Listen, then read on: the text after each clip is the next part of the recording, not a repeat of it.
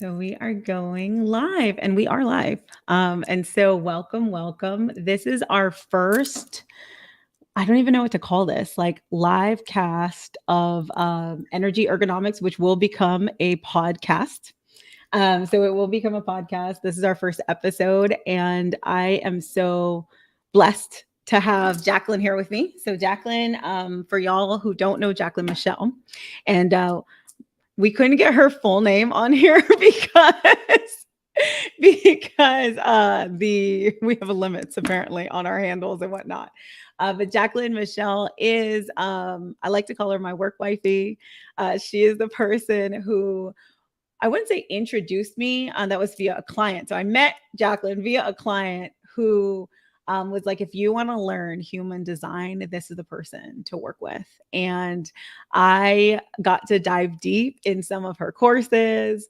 Truly, I think embraced it. And now I have my own human design practice. And so when I thought about energy ergonomics and who I wanted to have as the first guest ever on this podcast, there was no other choice. And so I say that, but I want to give you a moment, Jaclyn, to talk about like yourself and what you do and just introduce yourself in your own words. Sure. Yeah. So hello, I'm Jaclyn Michelle. I am the creator and founder of the website Interior Creature. I'm a birth chart alchemist.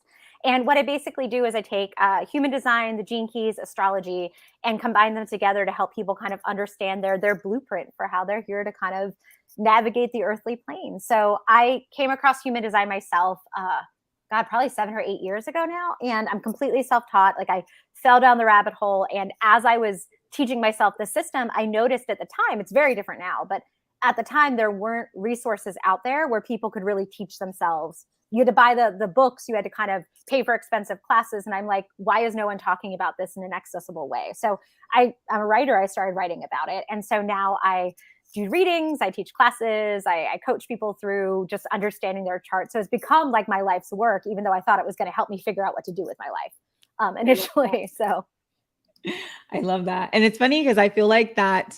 So what's interesting for me is how I came into it is I wanted to understand my clients. So some of my clients, and if y'all are listening, you know who you are, started using human design as an excuse. Like, I can't do this because it goes against my human design.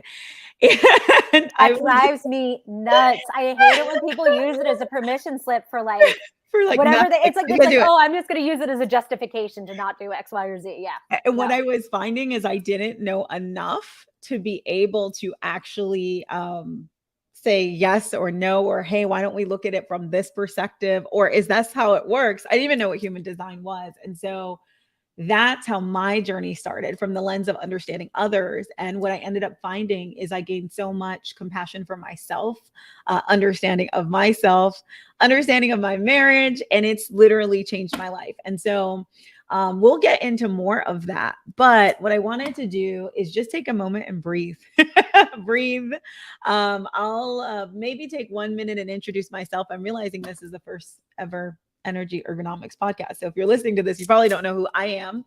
And then we will jump out, we will take out a crystal ball, which will make a lot of sense when I say what I'm about to say next. So I'm Mélissa Peng, and I am the creator of Energy Ergonomics. For me, this is a movement. And so what we're taking is we are looking at life through the lens of energy. So human design, when I learned it, and for those of you who are listening who are like, what is human design? Don't worry. I'll have Jaclyn give us a little rundown in a minute. For me, when I learned human design, I realized that the way I'm looking at people is through my own lens. It's colored with my own filter. And that there were a lot of things that I thought were normal, and were just normal for people, and were actually talents that I had. And I was assuming that everyone had the same talents as me. And that sounds weird to say, but when you start digging into human design, the little things about yourself that you may think are standard, right? Like maybe you have a penchant for details and you just think like that's everyone's baseline. You'll learn that it's not. And maybe you are super detail oriented. And the beautiful thing for me is that it's allowed me to have more compassion for myself, but also compassion for others. And so what energy ergonomics is about We've got 3 pillars. The first is understanding self. So mind, body, spirit, getting yourself to be a fully connected human. The second is getting into becoming a fully connected community. So if I understand design, if I understand different things, I can connect with other people and have better interpersonal relationships. And this is the third part. It's connecting with the cosmos. So if I understand the flows of the universe, then I can plan better. I can align my energies to the collective energies and make it easier to flow and stay with me. So that is energy ergonomics. That is what we're doing here today. I am a multi-passionate entrepreneur. I've got a crystal company. So if you're watching live, you can see my mala. I made it. It is called Woofulness. I now do my own human design readings. They're called Beeline for Magic and Beeline for Wonderland. I help you find your magic and create your wonderland. I've taken my business coaching practice and merged it with all the woo-woo things. So human design, astrology, energy work. And recently, I just added sound and sound healing to the mix. And so we'll take a couple deep breaths before we get into this deeper conversation. As you're taking, so either you're taking these deep breaths with us, or if you're not feeling that in the moment, this might be a great time to pull up your human design chart, because we're going to get deep in the deep in the deets. And so that would be, it might be helpful to have your chart in front of you. What do you think, Jack? Yeah. Uh-oh. Fantastic resource for that. So it's completely free. It's the software I use. So yeah. And I think we lost you for 1 minute. Can you give folks that? Oh yeah. Just I was gonna say my bodygraph. Yeah, mybodygraph.com. Not sponsored, just a fan. Like I have no stake in their success or failure. I happen to, it's just my favorite software. So I like to shout them out when I have a chance. It's very thorough. And it's free. And free. Love free. They've got some advanced features that are not free, but also worthwhile. So, but the baseline is free. And frankly, I think more than most people even need, which is nice. Yeah, it's incredibly detailed. So we are here. If you're listening, we're here with a crystal bowl. So there we go. This particular bowl is it's tuned to F. So F is for the heart chakra. We're going to open up our hearts today. And it happens to be an emerald bowl. So I wanted to read an affirmation related to emerald. Emerald is a stone of abundance and healing. And the affirmation says, I'm grateful for my prosperity. I'm healthy, whole, and complete. I'm successful in all my pursuits. My actions have beneficial results for everyone. I am fortunate. I have excellent business skills. I earn unlimited income doing what I love. I attract kind and courteous people. I love that. I love that. And so emerald is just useful for healing emotions and fusing love into all that you're doing. It's a stone of abundance and healing, as I said. And they say that it connects you to the angels of healing. So if you're into angels, this links you to Archangel Raphael, and it's known to enhance mental capacity, memory, mental clarity. So it's a fun stone overall. And so I love emerald, and I thought I'd share that. We're going to take 7 breaths. And in this moment, hopefully you're hearing this crystal bowl. Is it coming through for you, Jaclyn? Okay, I'm getting the head nod. In this moment, we're just going to release anything that's been weighing on our hearts. I will hit it. You'll hear the ding on the inhale and the exhale. And I'm going to give Miss Jaclyn her moment of privacy so we don't have to watch her breathe. I was laughing. I was like, people have to watch me breathe, but you can breathe in peace, and we'll be right back. All right. So our first inhale.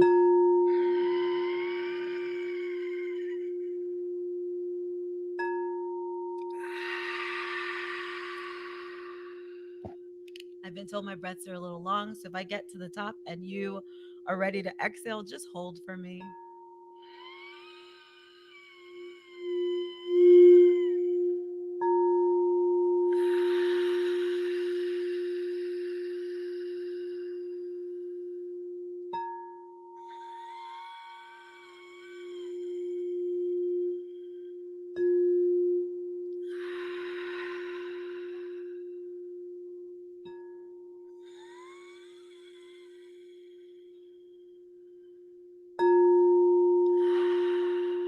We've got these last 3 breaths.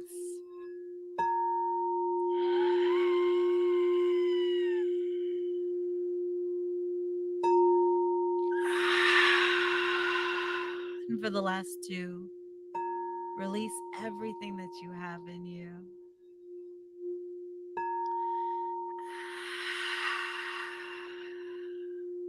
For this last one, call back in any energy that you have put out into the world.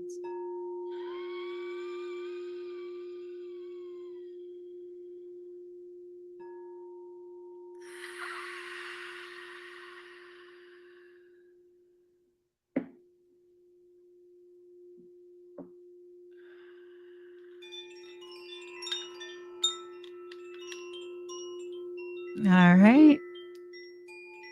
We are back. We are back.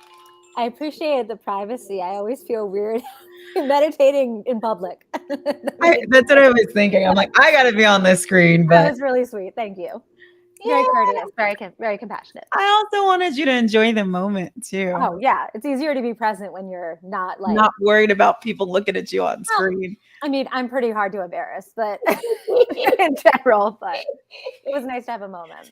Yeah. All right. So we are going to jump into this update. So today we'll be sharing some astro, some human design. I got really into the astro. I thought we were going to do more human design. I'm not going to lie, y'all. I kind of surprised Jaclyn. I went crazy deep. I know I went deep. I just went like the last 2 hours in a hole of transits and transits are my love language though. So like I'm more I than don't happy know to what talk about happened that. to me. So your open head center was like, whoo, there we go. Yeah. And I added a bunch of things. So we Jaclyn has been so kind to flow with me. Flow with me. She's gonna flow. And I got the transit calendar up. We're good. We're gonna figure it out. And but before that, I know that some of the people who are watching this have no clue what human design is. They're like, where did you come from with this from left field, Mélissa? We have not seen you. And now you're talking about human design. You're talking about astro. You're talking about all these things. And so I want to take a step back and just give a quick rundown of like, what is human design? And I think there's no one better to speak about that than Jaclyn. So Jaclyn, can you give us a quick minute or two take of what is human design? Absolutely. So human design, it's considered a channeled system. It was channeled in the late 80s by a guy named Robert Allen Krakauer. So basically, guy was from Canada. He was working in newspaper ad sales. He basically had a spiritual midlife crisis. And I say this with empathy. I've had several myself, but he just had the privilege and the ability to like quit his job, leave his family, and go on like a spiritual pilgrimage. He started traveling all over the world. He started visiting and working with different metaphysical teachers, different spiritual practitioners. I also heard word on the street doing a little bit of plant medicine, a little bit of DMT, psilocybin kind of thing.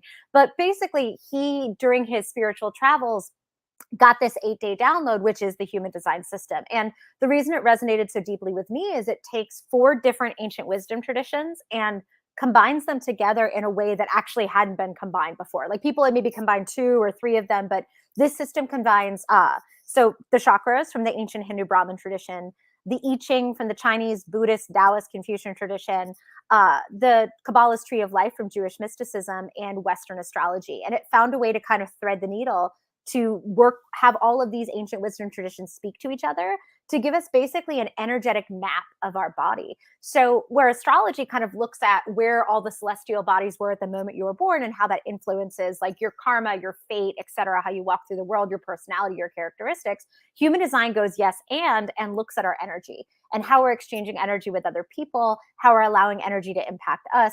And I love what Mélissa said earlier. I always think of the Anais Nin quote, we don't see people as they are, we see them as we are. Human design helps us break free of that a little bit because I think like Mélissa was saying, we assume everybody is detail oriented or everybody is bad at people pleasing or whatever it is. And human design actually anchors you in how is your energy wired to function and helps you take a look at the way you've been conditioned, the way you've been co-authoring a story of who you are with other people. So it's a beautiful opportunity to kind of sit back in the seat of agency flip off autopilot and really think about, how am I wired to walk through this world? What have my default behaviors been?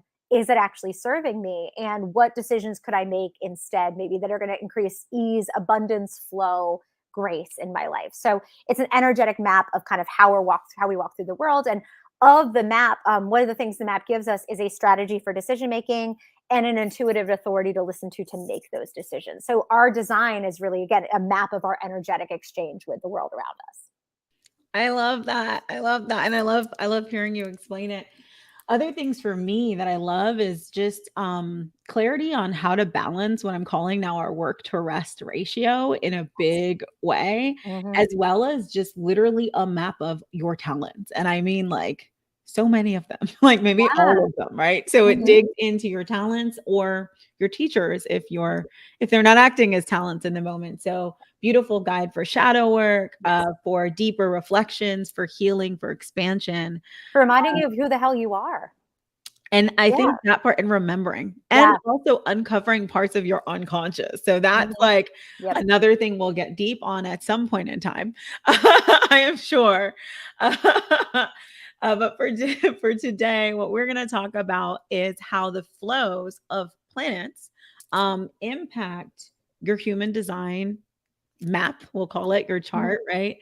And also just like the collective energies of this season, specifically of the next 2 weeks. And so I'm gonna keep doing this. I'm gonna keep inviting Jaclyn. We'll see how often she comes, how well we do today. As You often might as I kill me. And the goal is that you could show up in advance of the next weeks or in the middle of the week, get some good details, and hopefully give yourself a little more grace as you walk through the week. Give yourself a little bit more compassion, and also take advantage of these energies. We do so much to get ourselves ready for energetic shifts, like physically. Like we'll change our clothes, we'll change our habits, but we don't really tweak work. And so for me, this is like an amazing opportunity beyond the self reflection, the digging, to balance out, like, how are we really working? How are we really resting? And also, what are the pressures we're putting on ourselves? And how do we best organize ourselves so we can be happy? Because so much of our time is spent working. All right. So, with that, and in general, we won't need a whole introduction, but this is the first episode. In general, we'll get into it. But with that, let's start talking about Leo season. Yeah. I told Jaclyn I might get real fiery with this one. No pun intended. And so she may have to cut me off. But I'm so excited about Leo season. For me, y'all, astrology is new. So, astrology, human design, I've just been studying them since I think November of last year. So that's when did we start November? Or did we start earlier? You started a little earlier, like September-ish, but September. I think like you really dove deep around November. I really dove deep. Yeah. So September is when I started, and Jaclyn will tell you, I was resistant to astrology. Mm-hmm. I was like, I'm not going to learn this stuff on top of all this human design stuff. This is a nightmare. Like, I don't want to know it. And now, oh my gosh, now I find that whenever there is a shift, I feel the shift. And so now I'm really in it. And so, we're a few days into Leo. It is ruled by the sun. And I love you because you always talk about the sun as like, what is the light we're here to shine on the world? That's Jaclyn's vocabulary that I've taken in. My God, and does Leo love the spotlight? Leo is like radiant as hell. I love it. Yeah, it's radiant as hell. And so questions I wrote down is like, who am I? Who do I want to become? How do I want to feel right now and every day? But also, what am I grateful for in my life in this moment? This is a season of summer vibes and joy, right? It's a fire sign. And so this is a fun moment to like sustain or replenish your fire. And I was laughing because I'm like, it really is like 100 degrees in Oh yeah, Texas you're right in now. Austin. Oh God, your grid. I worry about y'all in there. Uh-huh. I'm in Arizona, so we're used to the heat. Like it's been like 100. It's me knocking on wood. It's been cooler here lately because we're about to get inundated with rain. But I've been thinking about y'all in Texas, and I'm like, I need to set up my generator. I bought a yeah. generator last time everything went out, and I haven't set it up. So. Oh, No, Okay. I feel you. I got it. You're not used to the heat the way we are in Arizona. We're like, oh, 110. It's a dry heat. We're cool. I'm outside of Tucson, so like I'm used to it. I love it. So Jaclyn, I've written some tips, thoughts, and then would love for you to kind of chime in. So for me, what I wrote is this is a moment to truly listen to your internal guidance and follow your heart. So journal ideas. And so what y'all maybe don't know about me yet is I always want to make this a useful and worthwhile experience where you have a next step. So things I wrote down is like, what makes me feel alive? What brings joy to me and easeful joy? If there was one thing I could change today that would allow me to stand in my authentic truth in my light, what would it be? And so your notes are just be. This is a time to be vulnerable, to put your true self out there for the world to see. I'm doing it right now. And have that courage, right? That your truth gets to stand in the sun. And then there's a little tip here, which is make sure you define your truth for yourself before you feel like taking it into the world. And also feel free to experiment and be vulnerable in that experimentation. I've been sitting in my thoughts around leadership and fear. And like, I just wrote, like, what is the lion hiding? What is the lion hiding? What kind of rejection is the lion fearing? And when are you ready to roar? And so remember that not living in your truth is not sustainable. And the last thing I'll add here is that for me in my program, so we both have deep dive programs. Jaclyn's is called the Karmic Studies Elevator. It's so fun, and I'm in it. And mine is Beeline for Wonderland, which Jaclyn's in. So we obviously, like I said, work wifey. And so one of the things that we're doing in Beeline for Wonderland and that I'm having my clients do is write love letters to their lives. So writing a love letter to your life every day and standing in that gratitude, but also checking in right now with like, what is still your yes? Like, what are your yeses? What are you really into? For me, it's a sacral yes. And just going for it. Jaclyn has been launching her Karmic Studies Elevator. We've got Michelle in there. She's killing it. She just did like an international speaking event. She's at Get to Work Fitness. So check her out. I'm doing the podcast. So like, it's just a go for it month. Yeah, it's a month of like claiming your ability to stand in the spotlight, allowing yourself to be seen, allowing yourself to kind of radiate the joy that is your talent and your gift. I love Leo season. I thought I wanted to be in the theater as a kid. So I always like Leo season always like reminds me of like the razzle dazzle and the theatricality.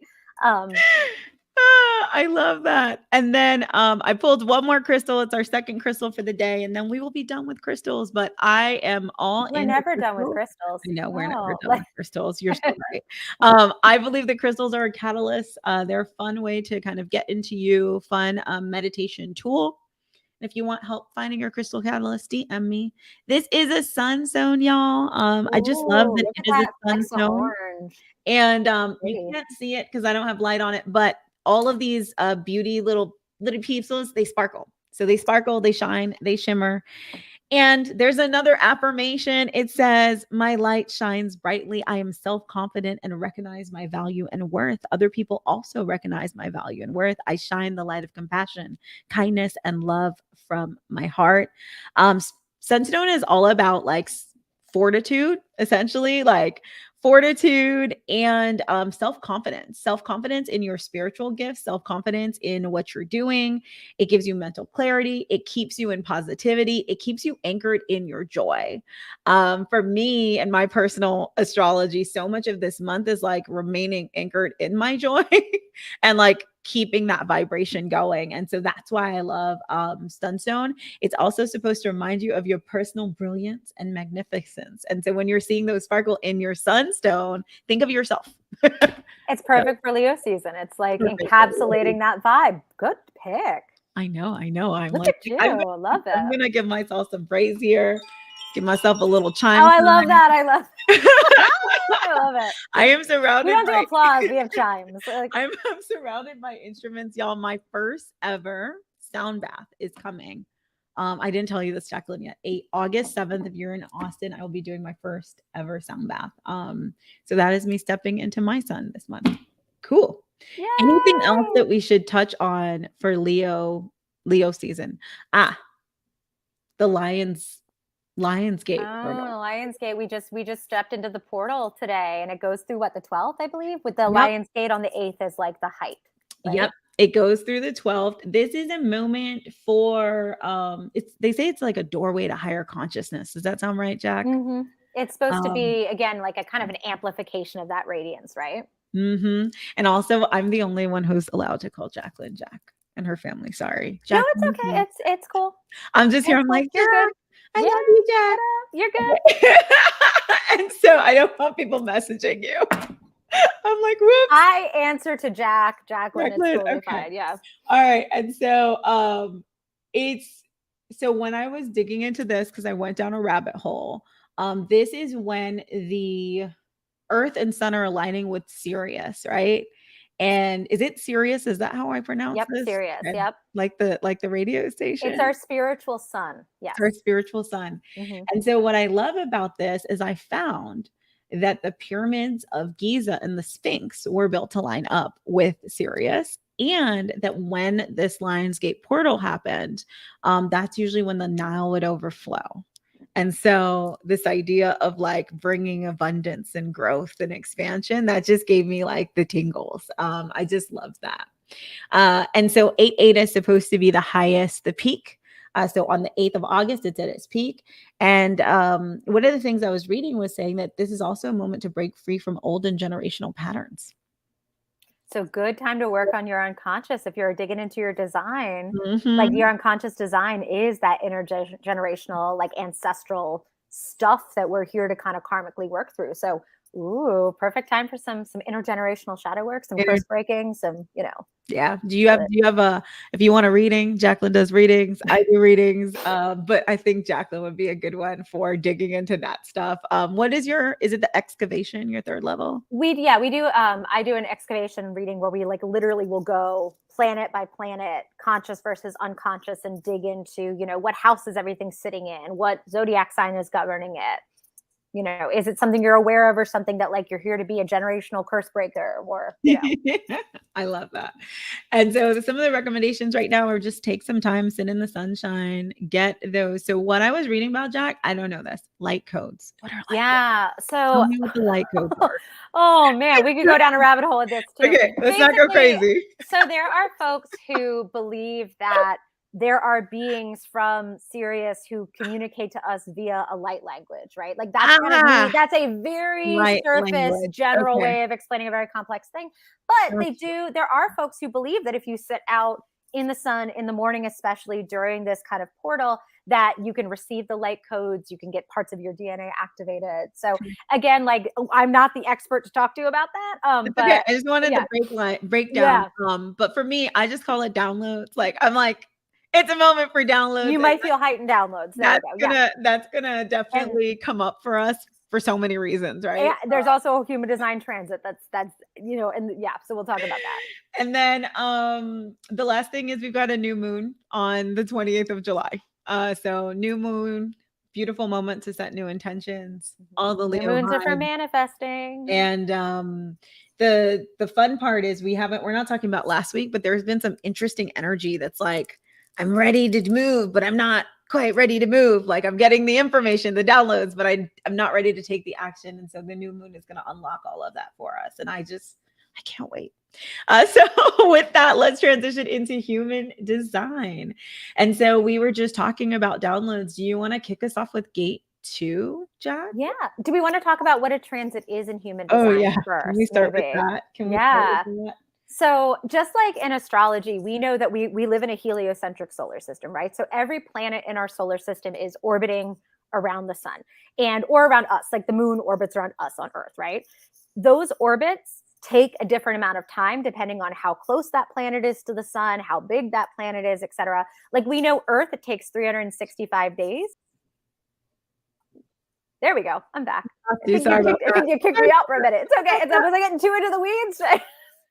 So Earth, it takes 365 days to make that orbit around the sun. Like through that time, we go through all 12 of the zodiac signs, for example. Saturn takes 29 and a half years to do its rotation around the sun because it's farther out. It's a bigger planet. Pluto, it takes 225 plus years to get all the way around the sun. So we call returns, when that, wherever that planet was kind of stationed in your natal chart, it's a return when it makes its journey all the way around the sun back to that specific place. So when we're looking at transits in astrology or in human design, we're looking at what specific sign and gate that a specific planet is sitting in right now. So, for example, Saturn happens to be in Aquarius in retrograde right now. It's also sitting in gate 49, which is governed by Aquarius. So it's kind of taking the astrological transits, but making them even more specific, because we're looking at the degree band, which correlates to a specific gate and line placement within our human design chart. So when a planetary body is sitting in a specific gate, even if it's not something you have activated in your chart, you get access to that energy temporarily. So what's cool about human design, sorry, I've got a squiggly chihuahua sitting on my sitting on my lap. What's cool about human design is when we're around people who have things closed that we have open, they temporarily close it for us. So when we're experiencing a transit, if it's something we already have closed, it's like we heighten that energy. It gets like turned up to 11. And if it's something that we have open in our chart, we have access to that energy potentially in a way that we don't normally, right? It's an inconsistent, energy in our chart. We get access to it for the length of the transit through the lens of whatever planet is opening it right now. So we have a couple that we're going to talk about today, but that netting it out, that is basically what a transit is. Hopefully that was somewhat coherent. I love it. I'm going to give it to us in a secondary way. For those of you who are really like, I'm getting so confused. I don't know what this human design stuff. Earlier, when we talked about human design, we told you that you had a map in there, a map of your talents. Those are talents when they're in balance. When they're out of whack, they're your teachers. They're the places that you can learn from, do shadow work, dig into. And so when our talents or teachers interact with other people, we can connect, get different energies, and get even different talents. And so these connection points support different talents. So what that looks like is like, if you have experienced, when I'm around a certain person, it's easier to do certain types of work. When I'm around a certain person, it's easier for me to communicate. What's fun is that the planets act as the same. So when our planets are moving, they're going to give us extra energy in different places. They're going to complete the parts of us that, maybe need the other side, right? The other gate or the other talent to make it a whole. And so essentially, this is your map to how the planets are working with you and for you in alignment to help you get a little extra juju over the next 2 weeks. That's what we're giving to you. And with you and for you can mean amplifying a talent, or it can be showing you a place where you're like, ooh, that's something I need to kind of put the magnifying glass on, work on a little bit, because this is something I'm not used to. I gotta dig in. Yeah. Yep. Beautifully expressed. I love We that. believe that whether it is expressing in a funky booty way, I was gonna say funky ass way, so I'm gonna just say it. Do it. Yeah. It's okay. Yeah. I do it sometimes, right? So when it's being expressed, it may be coming out in a very interesting way, and that is your cue to learn from it. So we always believe that this is working for us, right? Yeah, our it's practice to get it for us. Yeah. So we're going to kick this off with gate 2. Do we want to talk a little bit about gate 2, what that gate is about? Gate 2, I love. I'll let you lead and I'll add some to it. Yeah. I love 2. I have 2, which is I get to experience 2 during this transit. So it's been cool for me because I've got the other half of the channel. So I'm like, ooh. So gate 2 lives in the self-center. So if you pulled up your human design and you're looking at that map, there's that yellow triangle that if it's closed, it's yellow. In the middle of the chart, it's the gate right at the bottom of the yellow triangle, gate 2. Gate 2, think of it as your internal compass, your internal North Star. And so folks who have that activated normally just in their chart are really good at getting a sense of like, where am I going? And is this direction the right one for me? And then every action I take, is this helping me get to that specific destination? And I always think of it as like a really advanced GPS. Like once we put in our destination, just like on our phone, it can recalibrate, reroute us if there's like an obstacle, a tree down, a road closed. Gate 2 kind of helps us stay on the right course or readjust when necessary, because it's like running everything through our ethics, our morals, our values, our sense of identity. So because the self-center governs who the hell we are, how we walk through the world, what feels in alignment, what doesn't. So gate 2 is like a really heightened GPS that keeps us in that right direction if you have it activated. And what I love about gate 2 is the keyword I wrote down from my readings was innovative guidance, that innovative part of it.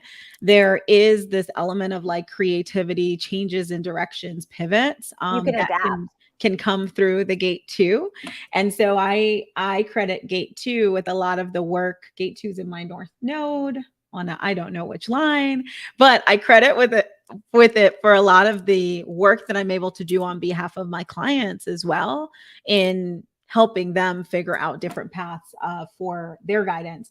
In one of, I want to say it was Richard Rudd, who actually described gate 2 as like an acorn that knows how to become an oak tree, which is so interesting, right? Like you're the acorn, you know how to become an oak tree. However, to get to the oak tree, gate 14, which is the connecting gate, that's where your sunlight and water come from, of like how to get to the oak tree. And so what's beautiful is in this moment where we have gate 2 active, if you've got the 14, that gives you the full channel. You can become that oak tree, right? If like you've had 14, but you haven't had 14, so it gives you kind of that clarity. And so gate 14 is the gate of power skills. And like, this is something I experience in my chart because I have gate 14 activated, but not gate 2. So a lot of times I'll have the energy, I'll have the enthusiasm, I'll have the excitement, but I have a hard time funneling it in the right direction or knowing that that's actually the direction it needs to be expressed. So what's been cool during this transit for me is like, I temporarily have access to a better GPS than I normally do. That's like, yep, this is the right path. No, it's not. Ooh, flex over here. Yeah. Yeah. And I love it. So sometimes I'll get really into the downsides. I know my Jaclyn is all about compassion. So there is a term, and I was like, ooh, this is hitting me as a Black woman. I've heard gate 14 called the gate of slavery. Yep. I don't like that. No, thank you. And so this idea that if we get into the weeds of gate 14 and we don't have the guidance, sometimes we can just work ourselves to death and not have the results we want or not have the direction we want. Like that was a word where I was like, whoa. So I'm calling it the gate of servitude or something else different. Ooh, but capitalism's favorite gate. This is capitalism's favorite. I mean, it's funny because I think about my own history with burnout. I know I've told Mélissa this, but I was in a corporate job for years where I was working 80 hours a week. And that was my gate 14 without the 2, without the direction, where I would just burn myself to the ground. But like, it wasn't giving me joy. I didn't have that compass of pleasure. I didn't have my strategy or my authority to guide me. Ooh, is that real?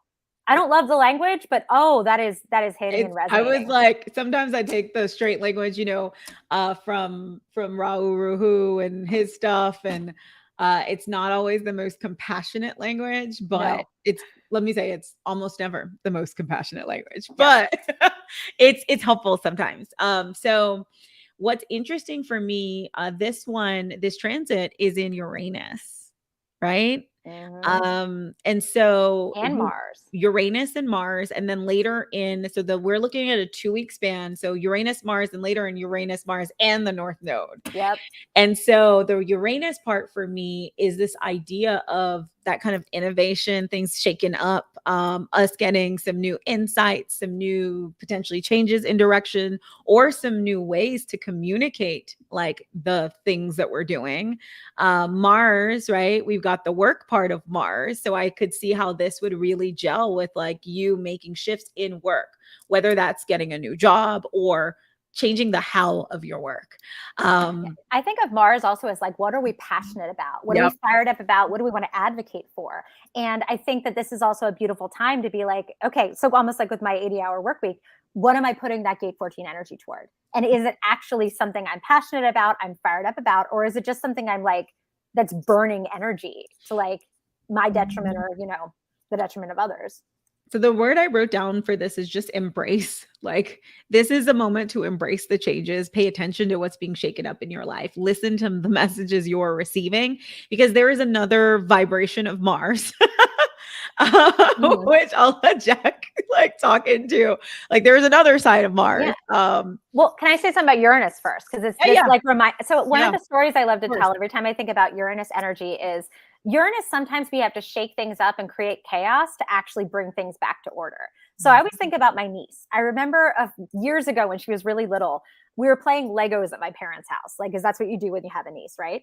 And my brother had this giant bucket of Legos from the 80s, when there were boy colors, quote unquote, like the red, the brown, and she was looking for the one little girl Lego head. There was one little hair, like, gendered Lego head with the big red lips. And anyway, she couldn't find it because everything was thrown in one bin. So my niece goes, I can't work like this, and dumps the entire giant, like, gallon bin of Legos over, tips them out. They're all over the living room floor, and then goes upstairs and says, Nana, I need help. Comes back downstairs. She's got a Ziploc and a Sharpie. And she proceeds to, or she's got multiple Ziploc bags, and she proceeds to ask me to help her. We sorted and organized all of Legos. So she had to bring things to chaos to bring them back to order. And now when she goes to play, like, they're all literally still organized by, like, Lego heads in one bin, Lego torsos in another bin. And it helps her because now she can find what she's looking for. But it was so funny because at that moment, I'm like, what is this little 5-year-old doing? She's tipped over this giant bin of Legos and left me. Uranus does that to us sometimes, though. It seems like it's making a god-awful mess, but it's so we can bring things back to order in a way that actually makes sense. So it wouldn't surprise me, too, if folks are expecting or experiencing a bit of disruption during this transit, where they thought they were on one path and they're like, wait, what is going on? Everything just blew up. What is going on? But it's actually, it's course correcting for you. Yeah. And so, like, surrendering to that and asking what that might this be doing for me and not to me. And so for me, what's happening right now is I've rediscovered passion, right, for music. Like, I'm so into music.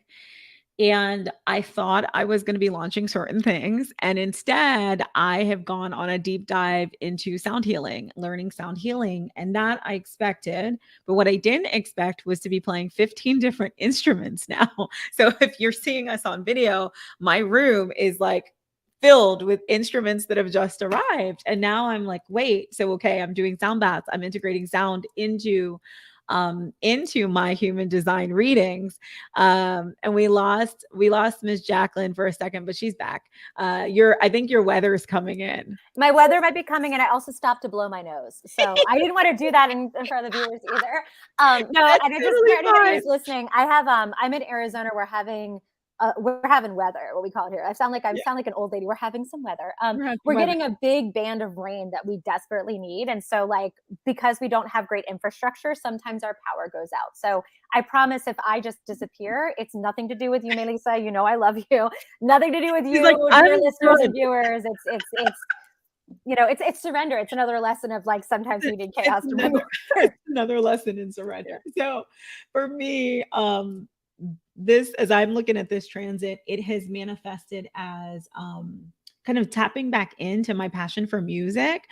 Fun story. I bought a Chinese harp many, many moons ago. And I mean, like, 2004. And I was carrying this thing around the earth. So this Chinese harp has been in China, Singapore, Texas, Miami, LA, New York. It has lived everywhere with me trying to find a teacher. And I finally found one in Austin, of all places. She's about 70 years old, maybe 80. And she's a master guzheng player, of all places. I love that. And so I had started taking lessons, which I stopped, right? So I've actually paid for some lessons. I've been trying to figure out, when is it coming back and why, right? And when the sound healing came to me, it all made sense. And now I'm like, I've got my harp. This is part of it. And when I dug into my course, they were like, there's this instrument we want to start integrating. And it's this zither, this Chinese harp. And we don't have a lot of information on it, but it's here. And I was like, I have one. I have information. I know the things. And so that's been brought back to me, this passion for music, dance in big ways. And in my last human design reading, we did like a mini sound healing in the middle of it. And that's my new format. And so this innovation is coming for me in these ways. And then on a client note, I have a client, her entire career direction has changed. Like, her entire life is changing right now. And she's getting way more anchored into the things that she loves to do, because I think so much of it's 14, right, is knowing, like, getting that power from what we love to do, finding a direction that we like and can actually commit to.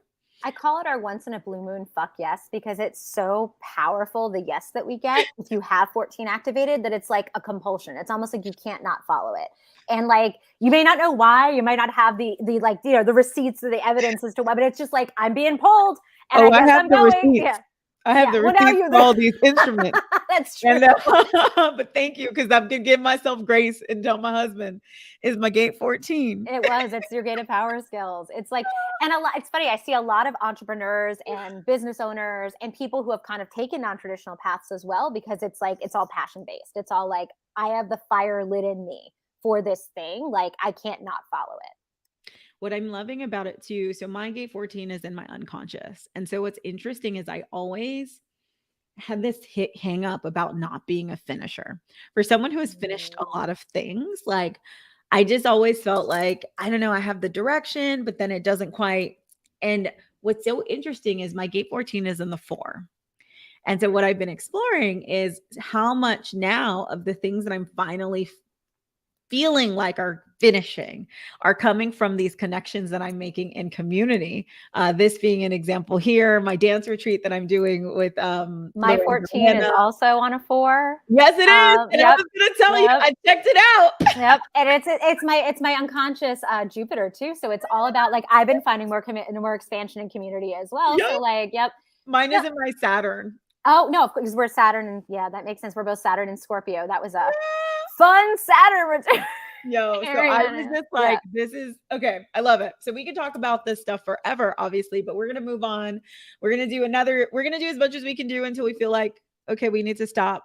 But we were talking about Mars and how we can dip into the immaturity of Mars. So let's speak on that a little bit. Oof. Yeah, Mars sometimes, so it's not just like what we fight for and what fires us up, but sometimes there is an immaturity, because remember, Mars is corollary is Aries, the god of war. Like sometimes Mars can get us a little hot and bothered, and we get a little feisty, we get a little fiery, we sometimes get a little impulsive, which is like the shadowy, you know, version of like, you know, not all impulsivity is bad, but sometimes we do get a little pugilistic with that, you know, so we want to kind of, I always like to flip it, like when not what am I fighting against, but what am I fighting for? And so that's another thing to kind of think about too.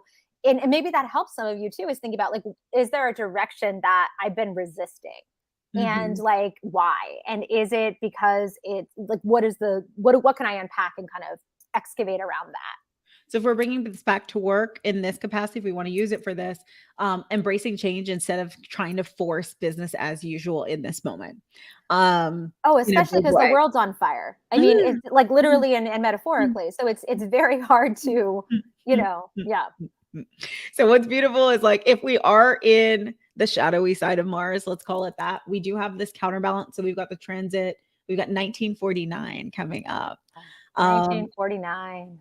And I feel so blessed to have you and my husband in my life. My gate 19 is my mama. I don't have that. So I'm gonna let you lead with 1949. But what I love about this is this idea around having more sensitivity to the needs of others. Yeah, 19 is one of my favorite gates. It's called the gate of wanting, which I think is kind of ironically titled because folks who have that gate are so tapped into what everyone else around them needs and wants.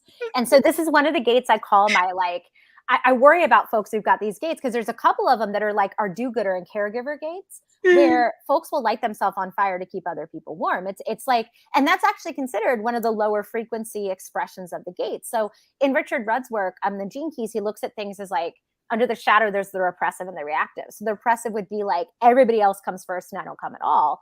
And the reactive would be, I come first and screw everybody else. Folks with gate 19, typically, when I see it out of balance, it's everyone else is taken care of and I am burned myself to the ground. So 19 in its beautiful expression is this like gorgeous caretaker energy, like folks who really love making sure everyone around them has their needs and they're not just surviving, they're thriving.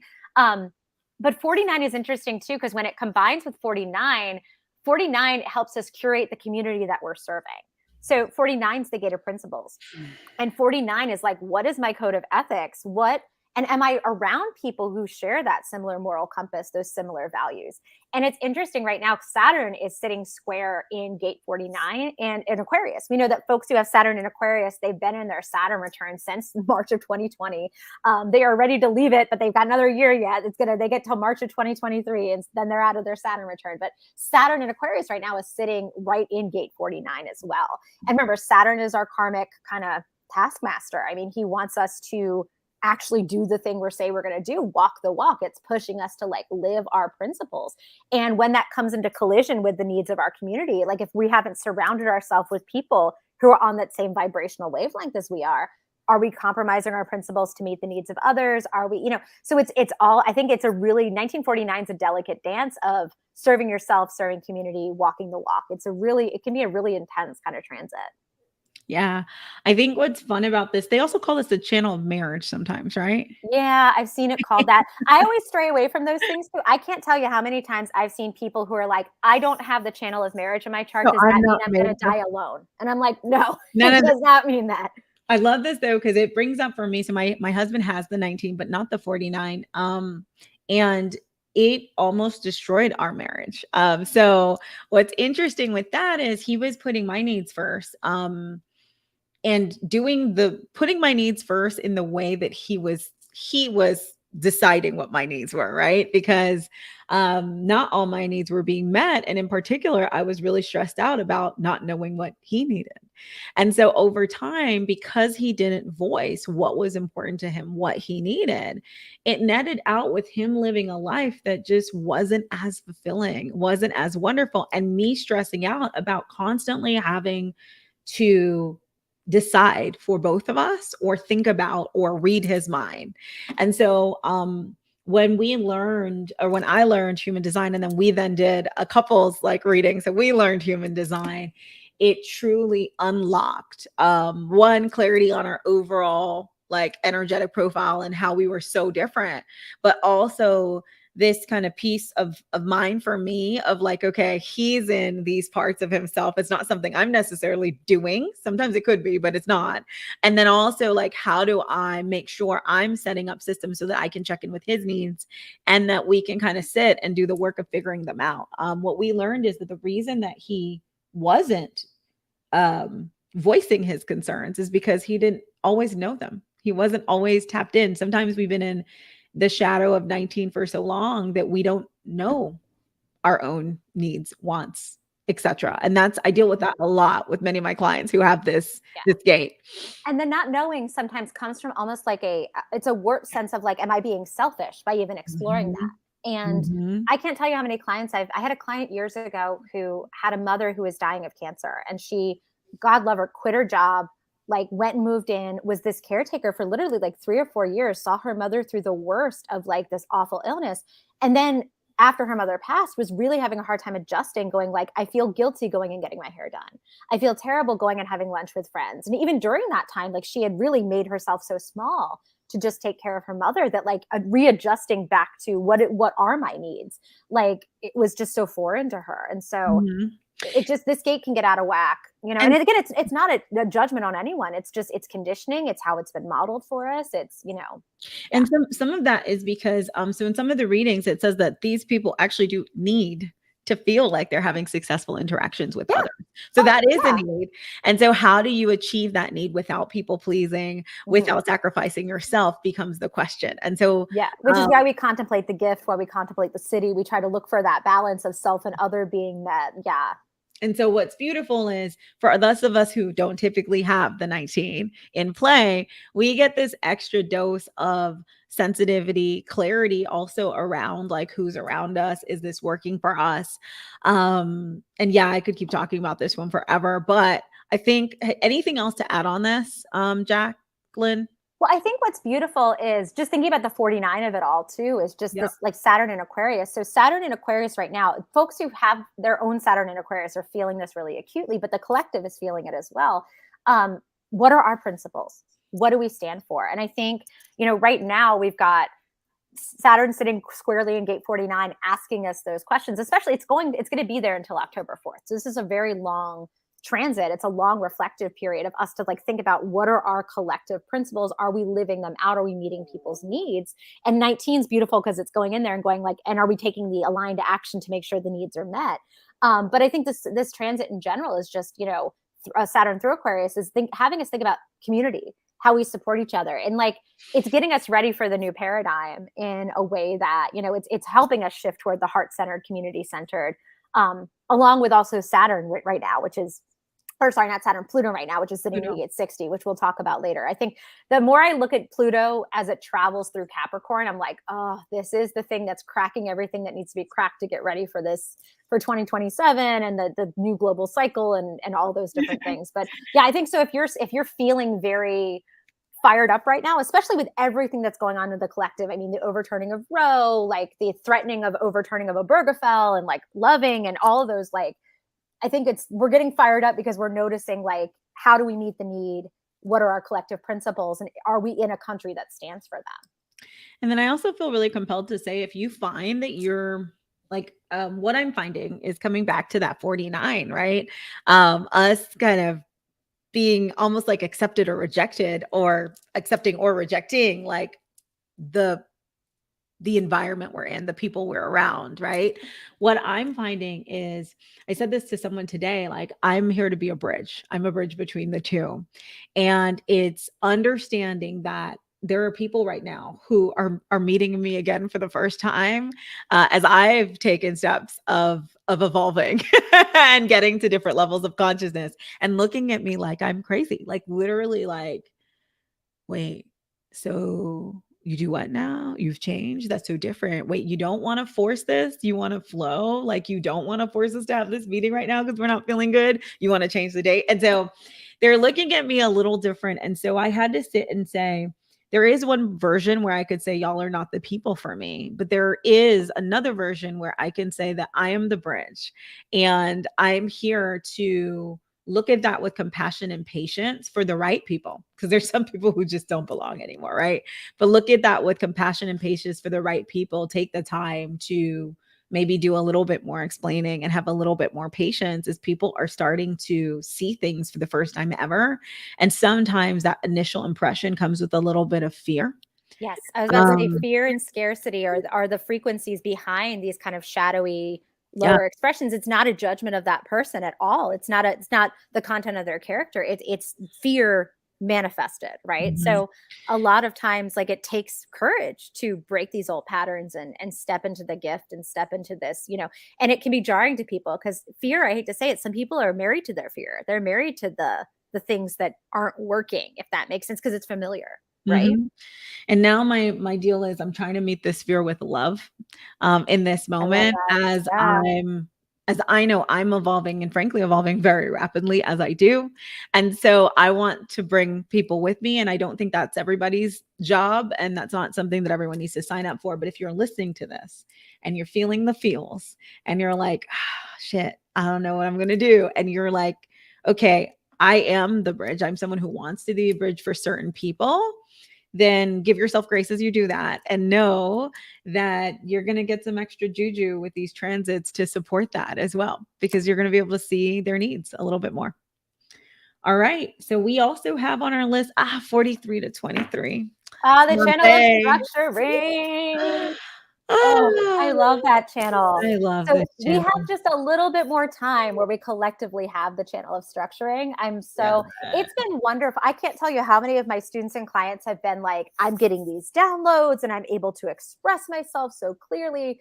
2343 is one of my favorite channels. It's collectively called the channel of structuring, but it's this gate of insight in the mind center that helps you basically formulate your own unique perspectives that are really individual, that are really like, here's my take on something. And then 23, ironically called the gate of assimilation. You're not assimilating. You're not parroting back what everybody else is saying. You're figuring out your own special sauce for how it sounds. So when the two things are working together, it's like, here's my thoughts and my words expressed authentically, and it's like innovative and juicy and helps us level up. And again, folks who have this in their chart, it's being amplified. But those of us who don't are like, my mind and throat are defined for the first time. Like, I feel like I'm articulating what I need to. It's been like an Oprah moment of like, I get an idea and I get an idea. idea. It's like, it's amazing. And so this is a channel I typically have for me. And so I get downloads and insights and epiphanies, and I can put things in my own words and reframe and restructure, and it's amazing. And the one thing I will say though that I've learned as I've explored human design is that this is a projected channel.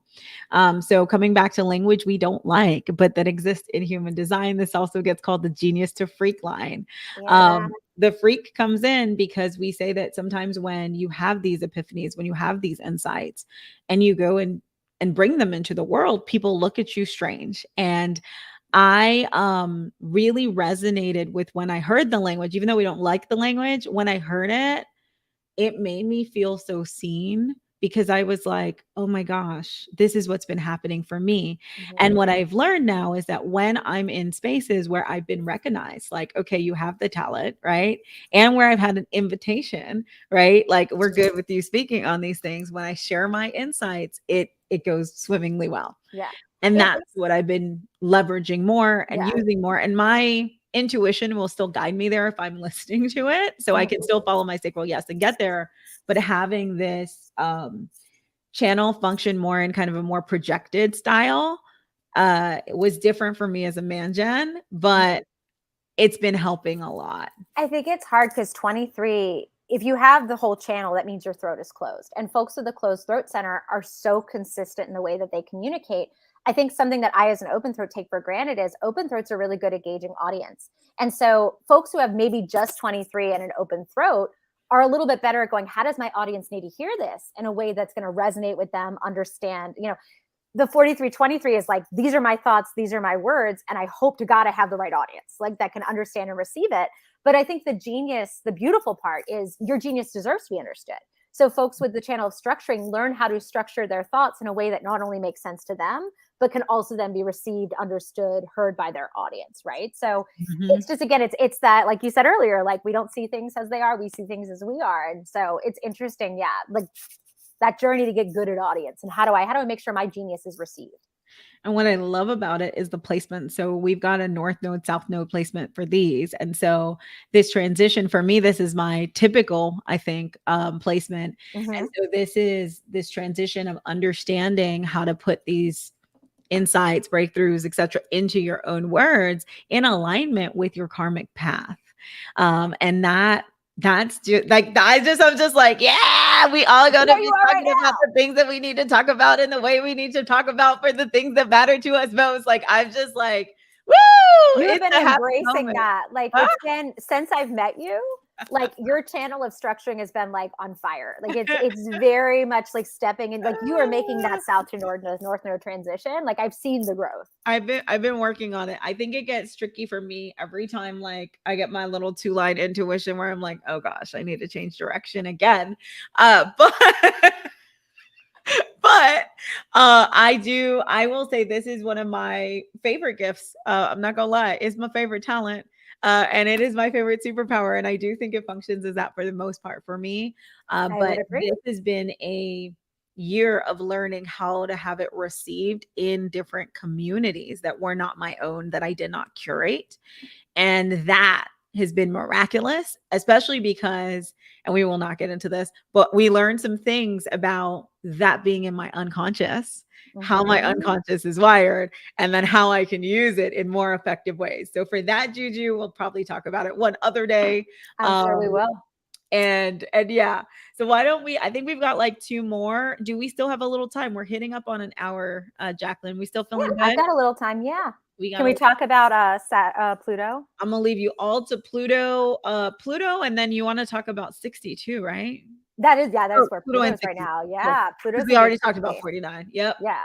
Let's talk about Pluto. What I thought was so interesting is I think there's been a lot in astrologically speaking, like I'm sure you've seen the internet, like memes, et cetera, that America's going through their Pluto return, right? That happened, I think it was right on 2/22/2022. We were at that exact moment where I know all these repeating numbers, but that was like America's exact Pluto return, right? As a country. So think about electional astrology, like places and, events and things having their astrological thing. Well, what's interesting is Pluto is in Capricorn right now. And Capricorn is goals, ambition, like where are we moving? What is our direction collectively? And oh my God, as a country, it has felt like I'm sorry, what is happening right now? Like, especially, I don't know if you felt, I mean, I know you felt this because we've been talking about it, but just the past few months, I mean, with the overturn of Roe, like now, the court opinion, God saying that they're going to go back. They don't think Obergefell's settled precedent, and like, so marriage equality, interracial marriage, like the right to contraception is now on the table. Like, it's beginning to feel like, I'm so sorry, what?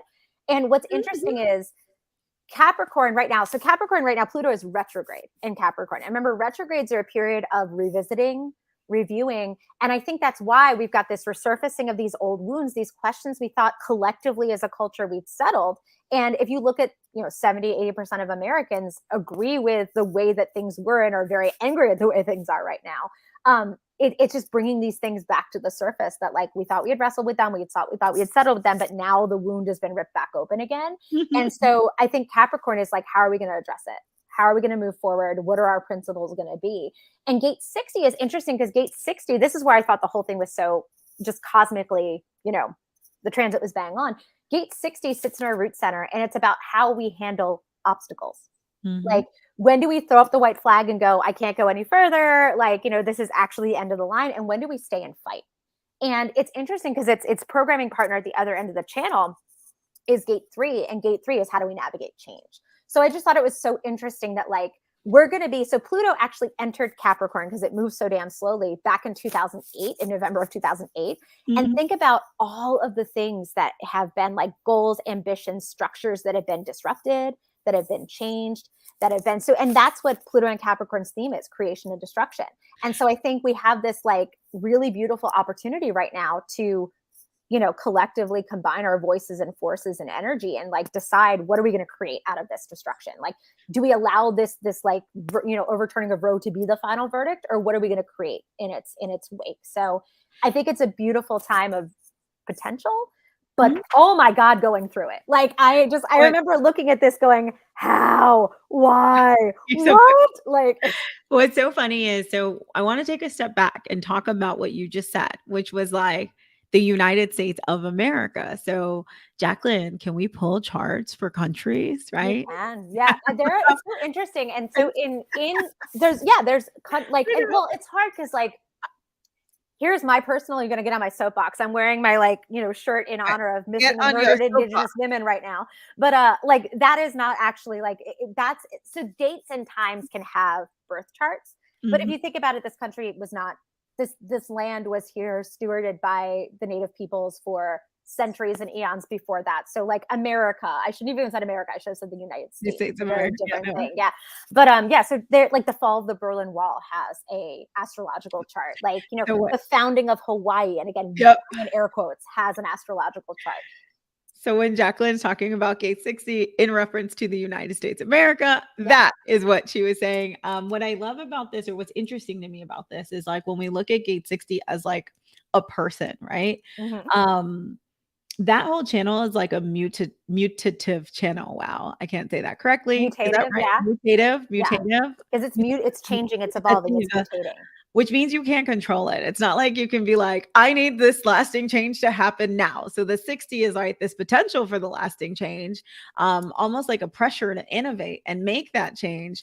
But you don't get to determine when that change happens. You kind of have to wait for the right timing. And so with everything you just said, and kind of adding on that layer of, if this were a person, you're kind of sitting here being like, I want to make some change, and this is going to be some lasting change, but I need to innovate and change this. But like, the when is not something I can control.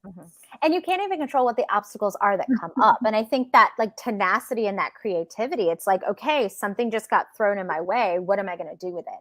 And I think there are definitely folks who, again, are like we talked about earlier, maybe married to their pain, married to being the victim, married to whatever, that kind of go, okay, then I'm just going to stop. And then there are other folks who are like, and again, this is that Uranus energy we were talking about earlier. I can go above, beyond, under, around, through. And what's cool is Pluto is the planet of transformation. Pluto wants us to keep moving forward.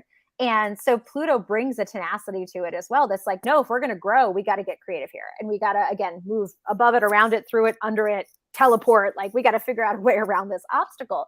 And so I'm hoping it keeps us tenacious. But I just thought it was so interesting. So karmically, again, and it's interesting, Pluto moves out of Capricorn in 2024. So I think it's so interesting that it lines up, but that's just 3 years before the next global cycle kicks off. Let's talk about global cycle really quickly for the people who are like, what is this global cycle? Old paradigm, new paradigm. I don't know what you're talking about. I got nerdy for a minute. My one line went crazy and I forgot to include people. Apologies. So in human design, we go through these 400-year cycles where we collectively as humanity share an incarnation cross. So we have been collectively sharing the right angle cross of planning. So everyone's got their own incarnation cross. I'm right angle cross of the Garden of Eden. Mélissa is right angle cross of the Sleeping Phoenix. Like that is our individual kind of karmic purpose, right? But as a people populating the earth, we've been, right angle cross of planning, which is systems, structures, paradigm, etc. And it's left a lot of people behind. Like we built a lot of beautiful things, but we've left a lot of folks with their needs not met. And so this new paradigm, this new kind of global cycle, we're actually transitioning in 2027. So it's really rare to be alive at a time where we're moving from one incarnation cross as a collective to a second one. And we're actually moving into Melissa's incarnation cross, right angle cross of the Sleeping Phoenix. So I'm like, I know the other side of that and I'm concerned. Well, here's me too. Yes and no. So cross the Sleeping Phoenix. Think about the myth of the Phoenix, right? The Phoenix self-immolates and then rises from the ashes, reborn, renewed, re-energized. I'm hoping, this is the giant fingers crossed, that we do a controlled burn of the old. And we go in very systematically, like the Forest Service will do, and say, how do we regenerate new growth? Let's do a controlled burn, be very intentional. I know there are some people who are like, let's burn it all to the ground. That's not going to serve us. There are other people who are like, but this is the way that it's always been. And I think that's another tension that we're seeing, especially here in the United States of America, like folks clinging to this fictional notion of the way, the good old days, or, they want to go to a time that didn't actually exist. They're clinging to this thing that wasn't a thing because they're afraid. Well, and then there's the afraid, but there's also the sleeping part of the Sleeping Phoenix. It's called sleeping because you're so busy running in one direction that it's like you're sleeping. So some of it is like you're not even consciously awake. You're not aware. You're not paying attention. You're just in your autopilot. And so until you get woken up, you don't realize that, oh shit, I got to change everything. And so that's the part where I'm like, oh gosh, because it's not exactly easy to be awake when you're in Sleeping Phoenix mode. Absolutely. So to recap with that, right? We're in a moment where we have built structures that are not working for all involved and that are maybe not the most compassionate and that we're maybe focused on certain individuals within our society. And so we're now getting into a process of breaking down these structures and building newer ones. Hopefully they'll be more compassionate, more heart-centered, more community-centered. And that transition is taking place now through 2027 according to Human Design. It's all like it's almost like the earthquake, like we talked about, like the kind of Uranian earthquake of everything is kind of getting, Pluto is saying, we're getting ready to transform. Let's start showing you the cracks, ripping off the old wounds, making sure things are healing the right way so we can build back better. Not to, make it sound like an infrastructure bill, but we want to build the thing that we want to see in the world. And it's calling on a lot of us to awaken, to change, to start doing the internal work so that we're ready then to kind of show up in a way that supports the external. I love this. So I want to hit two more technically, if we have time. So the 7 to 31 and the 33. Those are the two I'd love to cover, especially with this being in Leo. And then we're going to wrap for today and just know that like this gets deep, y'all. And if you want to go do some deep dive work, you have both of us as resources, and we both offer different types of readings, deeper dive work. If you've been going through this and you're like, oh gosh, I can't keep up, what I would recommend is break out your chart and then listen to this over and look at your chart as you're going through it. It might make a little bit more sense to you, and or like reach out to us, DM us. We're real people. If you are checking us out on the video, you will see our handles. But if you're listening, I am at Curly Executive. I'm also at Woofulness, WOOFULNESS, and Jaclyn is at Interior Creature. Interior Creature. That is also her blog. So for you who are new to Human Design, she has an excellent mini course called What the Fuck is Human Design? That's completely free, as well as a set of resources for those who are new to human design. If you like to like read and to dig into, I can send you a link to a quick path where you can look up all your all different the parts and pieces of your chart. I got you. yeah. And then we are going to be having some really cool events, which we'll leave a little space to talk about at the end. And so before that, though, I wanted to talk about the channel of the Alpha. So this is 731. I believe we're in the middle of this transit right now, if I'm correct. Yep, we are. I've been having some clients who are benefiting from this and like loving every minute of this. And so, yeah, gate 7 is being transited right now. So yeah, yep. Sorry, I'm looking at our transit calendar as we're talking. And so this is just a gate of overall leadership. So like people who have this impulse to lead. Now that leadership can present in very different ways.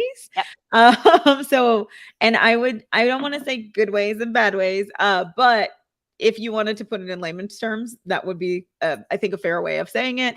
But you've got an impulse to lead, and then the 31 gives us the ability to influence and actually be seen in that leadership, right? So that is the full beautiful channel. I think we've got 31 in the sun and gate 7 in the Mercury. And so, yeah, tell me your thoughts on that and I'll tell you mine. I love, first of all, gate 7. I love, if you ever kind of looked at the I Ching expression of gate 7, it's called the army. And people who have gate 7 typically are really good at leading from within if they're in the light kind of, love, compassionate frequencies, right? I always think of the channel of the Alpha as like the what not to do kind of version of it, which is like, I'm in charge, no one gets to have an opinion, listen to me, and the compassionate version of this is like, hey, this is where we're going. Here's how we're going to get there. I want to make sure everyone on the team understands their role, their contribution. And the reason I'm leading is because y'all elected me to do so. And so 7 like has the vision and does the guidance. And then 31 is like the person who just the collective has decided, I want you to speak for me. It's like a very democratic with a lowercase d kind of expression of leadership. So this one's fun, and I don't exactly believe in it, but I thought it was fun. So what I mean by this is when you do some readings on this, they talk about how that leadership may present depending on your lead energy. Although we have 2, so we'd have to play with them together, right?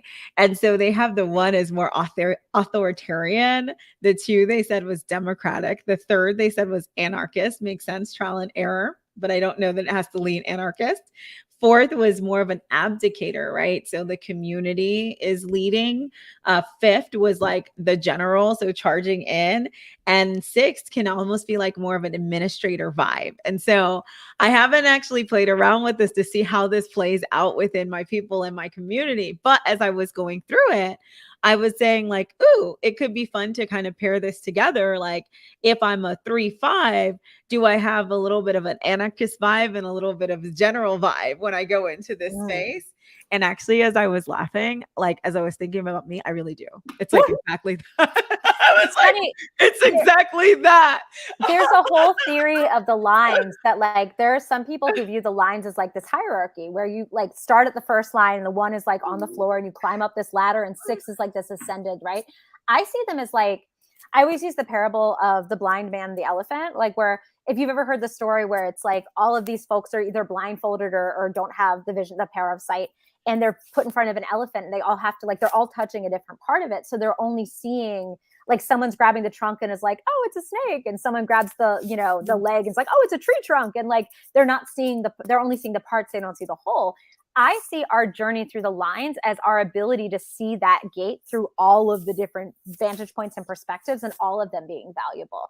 So I like to look at gate 31 on line 1 as more of like an informed leadership. Like I have I've done study in this area, so I can actually step up and lead and guide because I know what I'm talking about. Or versus a 6 who's got that lived experience, kind of earned experience that might be a little bit administrative because they're like, I get that some people need to learn it themselves.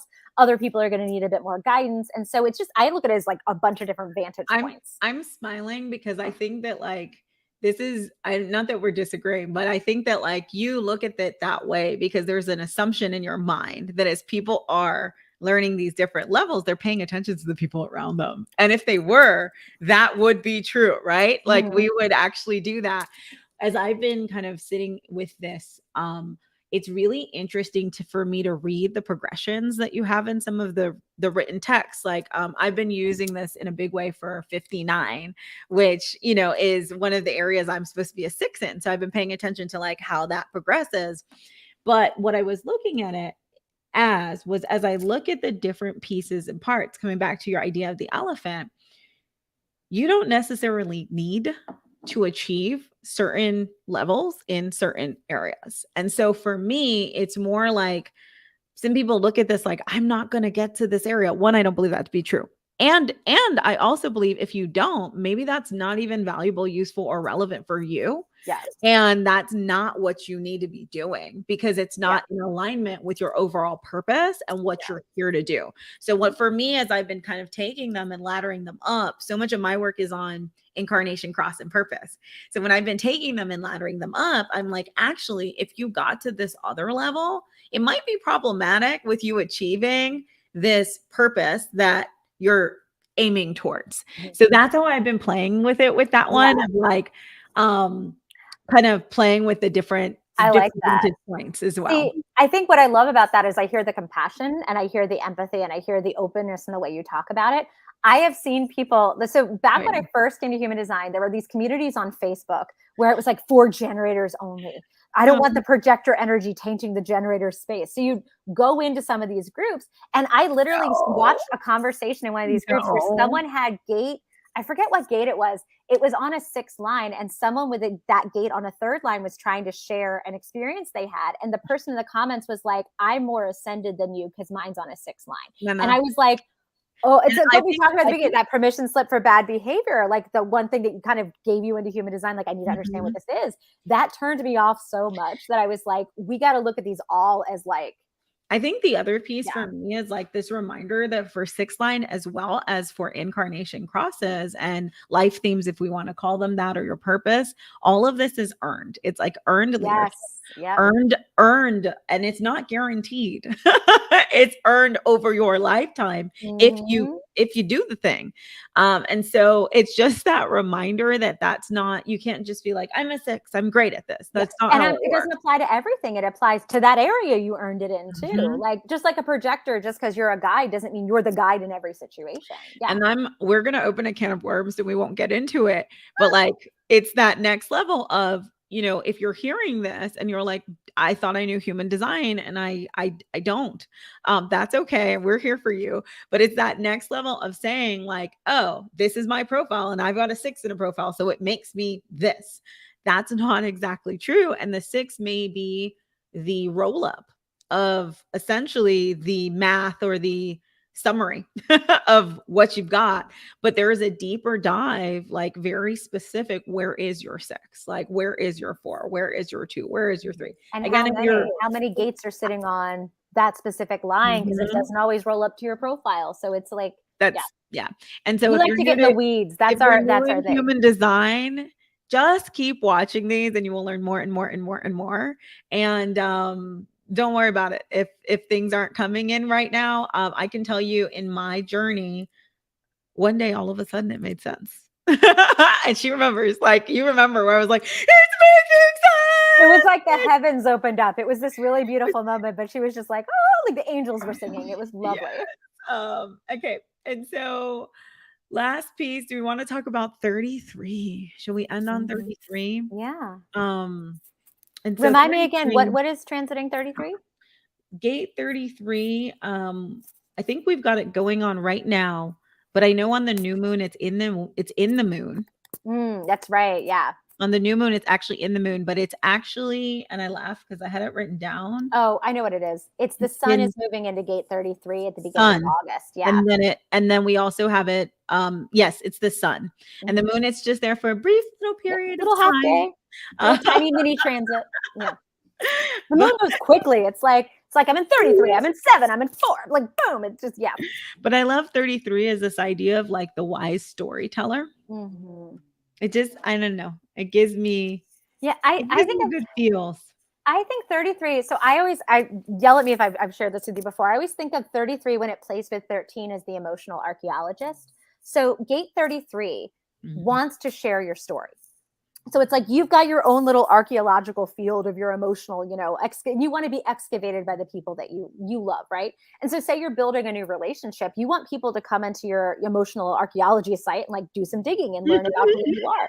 But you also want to do that to them in return, right? And that's the kind of interplay between 13 and 33 is, you know, I want to learn about you, where you came from, your history, your background, so I can understand you and understand kind of why you make the choices you make or how you're feeling moving forward.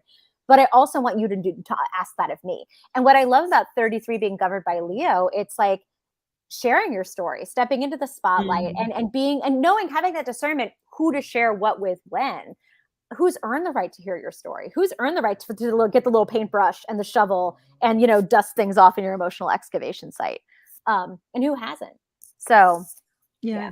And so what I love about these two, right, is this kind of potentially this, for me, and how I've been seeing it manifest is I'm seeing some of my clients, especially the ones who we've been working for a while, just really step into their leadership in this moment, get some beautiful downloads about their direction, their course, and also be able to verbalize their story in their words in a bigger way.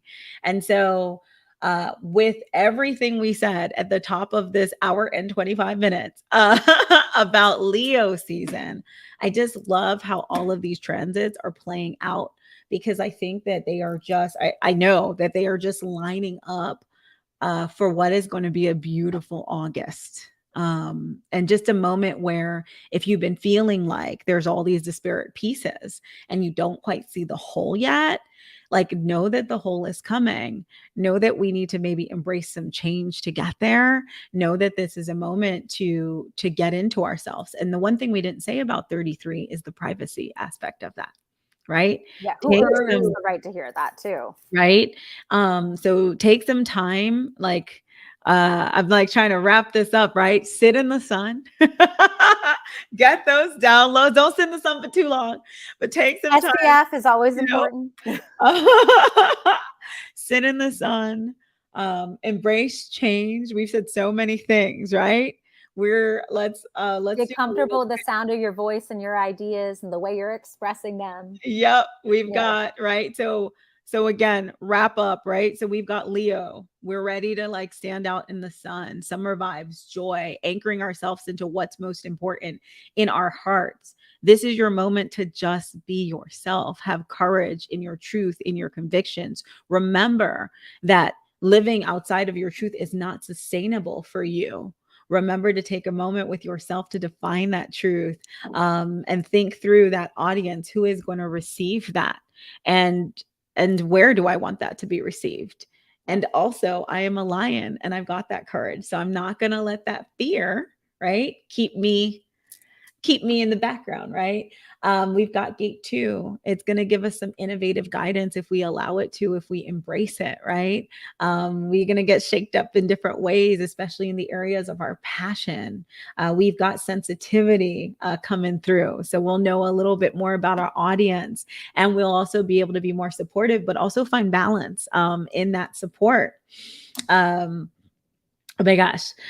Jack, you want to take 49 and 60? Little recap. Oh my gosh. Like walking in your principles, remembering that, like, you know, you want to walk the walk, and how do we embody that? And then how do we do that also in moments of change, in moments where, you know, we're rehashing old arguments and old wounds are resurfacing? It's even more important that we get innovative, we get collective, we connect together, we walk our principles through the world, and we also get solution oriented and tenacious, and, you know, about how we're going to, you know, manifest the world that we want to live in. And finally, stepping into that leadership, right? This is a moment for you to be the leader that you're meant to be, to have influence. If you've been in the shadows, this might be more of a moment to step out in front of your audience. But remember to be a wise storyteller who listens to others and who lead from within, means, you know, the privacy that you need. And also, yeah, I think that's it. That is all the downloads. So again, this has been a deep, deep, deep discussion of astrology and human design. If in this first moment of experiencing this for the first time, you felt any kind of overwhelm, it's normal, it's new. If you're like, oh my gosh, I need to learn this. This is what I need to get into. I want to learn the depths of it. I want to learn how to communicate with that with other people. Talk to Jaclyn. If you're like, I want to dig in for myself and apply this to my business, come talk to me. If you want to go deep on your own chart, you've got two options here. And so, with that, what do we have coming up in August to talk about? So, our sponsors for this episode are Jaclyn, want to talk about your karmic elevator? Yeah, quick. So the Karmic Studies Elevator, the doors are open right now. It's a 6-month program with rolling admission. And what we basically do is we go through each of the placements in our chart and we think really deeply about our patterns. We excavate those patterns. We take it through a specific protocol, but it's getting to know yourself at a really deep level, but also switching off autopilot and deciding how you want to be. Like we're not, stuck in the patterns in the way that we've been. We have agency. So it's a deep dive, getting to know yourself, working with the planets, working with the transits. It's like a mix of self-paced and group kind of work. So it's very new paradigm. I'm very excited. And next week, we actually have a quick class coming up too. I'm teaching Human Design in Love on Wednesday of next week. So we'll be talking about what to look for when you're dating, when you're partnered, things in charts that can help you understand each other, like things that come up commonly in relationships. So that's a quick class. It's next Wednesday at 11 a.m. Pacific time. You can come live, you can catch the replay. It's super inexpensive. I love that. And I am relaunching my Beeline for Wonderland. So I'm taking all of the work that I've done as a business coach and smashing that together with like human design, astrology, all sorts of energy balancing tips, tricks, and exercises, guided practices. I like to say homework, but some people don't like that. It's not that stressful. And so if you're interested in taking these concepts and applying it to your life so that you can find your unique differentiator, your magic, and then use that magic to build your wonderland, hit me up. That is what I do. My reading is a really interesting one where we go really deep very quickly. And we, on top of that, combine music and sound healing and breath work. And so it's like a woo-woo magic session plus human design. And Jaclyn and I are coming together in August, dates to be announced, but we are going to be doing an authority challenge. So if you're like, I have just gotten into this human design thing or I've been in it for a while, but I've been struggling to follow my authority, right? I've been struggling to use what human design has gifted me as a method for making very intuitive based decisions that actually work. This is your moment to join us. We're going to be having a challenge where you can learn about it, step into it, practice it. All of this is practice in so many ways. And so we're coming together in August to do that. If you're based in Austin, I am doing my first ever public sound bath on August 7th downtown. And so with that, we are going to wrap our first ever energy ergonomics podcast. We are going to call this segment Celestial Magic, y'all. So if you want to make sure that you're up on the up of what's coming, like a couple weeks in advance, tap in, tune in every 2 weeks. I'll be sharing, Jaclyn will be sharing when she is free. And yeah, Jack, do you want to wrap us? What would you like to say to the audience as we let them out into this beautiful Leo sunshine? Just be gentle with yourself. Be exactly where you are. Where you are right now is exactly where you're supposed to be. And yeah, just be gentle with your beautiful, beautiful self. You were exactly on time. Give yourself grace. Thank you so much for rocking with us for this 90 minutes. And we look forward to seeing you soon. Bye.